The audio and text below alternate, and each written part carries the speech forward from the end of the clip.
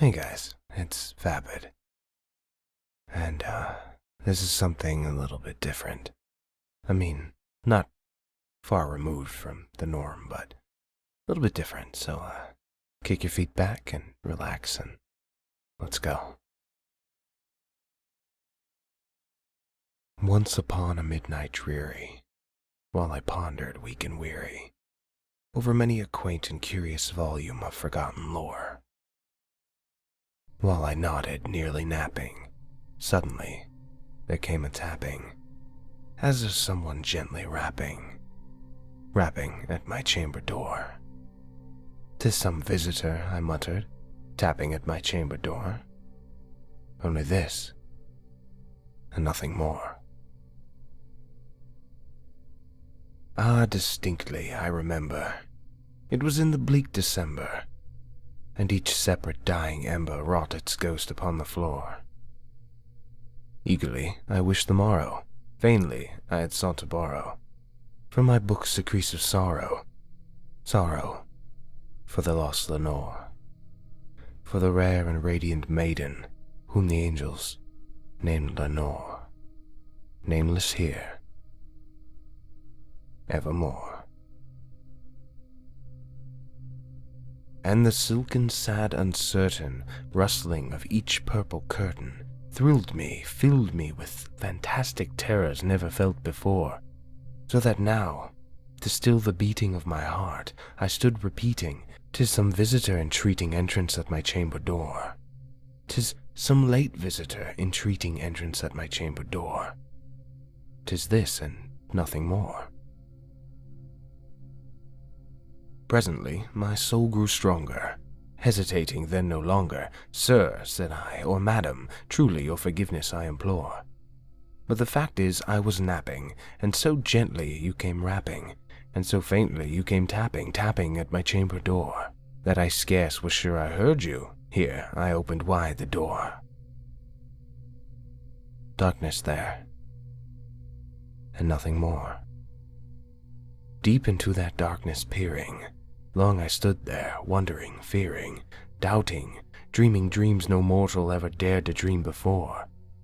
But the silence was unbroken, and the darkness gave no token, and the only word there spoken was the whispered word, "Lenore." This I whispered, and an echo murmured back the word "Lenore." Merely this, and nothing more. Back into the chamber turning, all my soul within me burning, soon again I heard a tapping somewhat louder than before. "Surely," said I, "surely," said I, "surely that is something at my window lattice. Let me see then what thereat is, and this mystery explore. Let my heart be still a moment, and this mystery explore. 'Tis the wind, and nothing more." Open here I flung the shutter, when, in many a flirt and flutter, in there stepped a stately raven of the saintly days of yore. Not the least obeisance made he, not a minute stopped or stayed he, but in mine of lord and lady, perched above my chamber door, perched upon a bust of Pallas, just above my chamber door, perched and sat, and nothing more. Then this ebony bird beguiling my sad fancy into smiling, by the grave and stern decorum of the countenance it wore. "Though thy chest be shorn and shaven, thou," I said, "art sure no craven, ghastly, grim, and ancient raven, wandering from the nightly shore.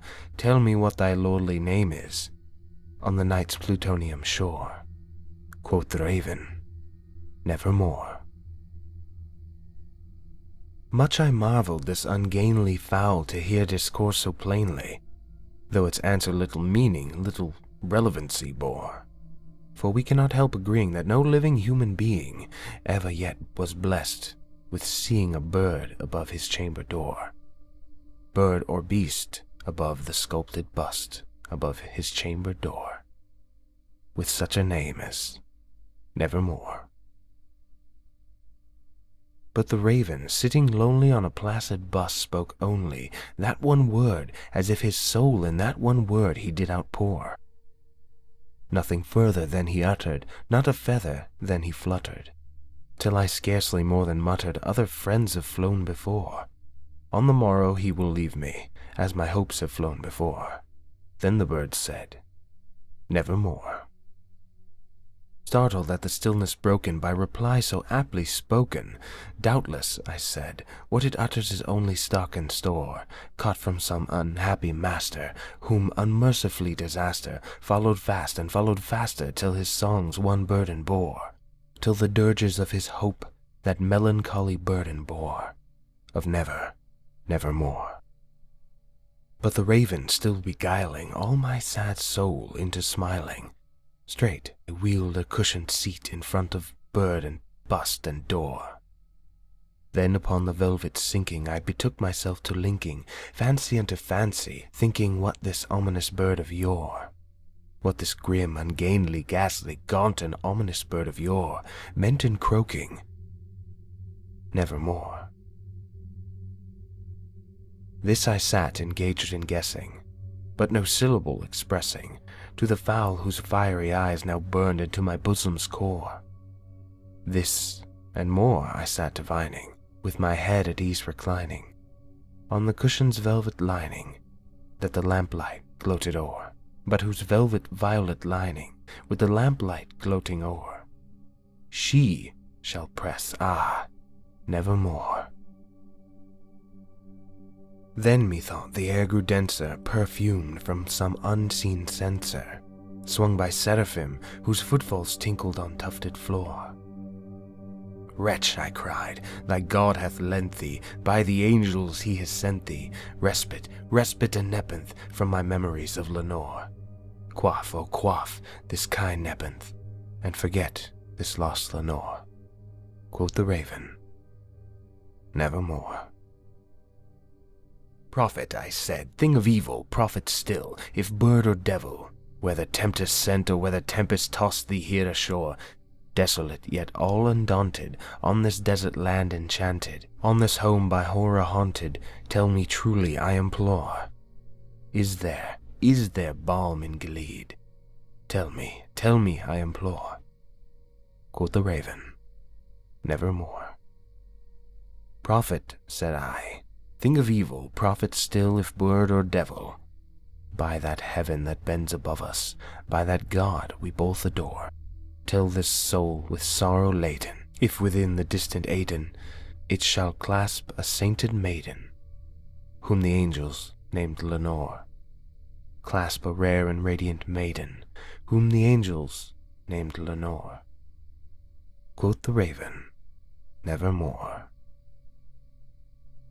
"Be that word of our sign parting, bird or fiend," I shrieked upstarting, "get thee back into the tempest and the night's plutonium shore, leave no black plume as a token of that lie thy soul hath spoken, leave my loneliness unbroken, quit the bust above my chamber door, take thy beak from out my heart, and take thy form from off my door."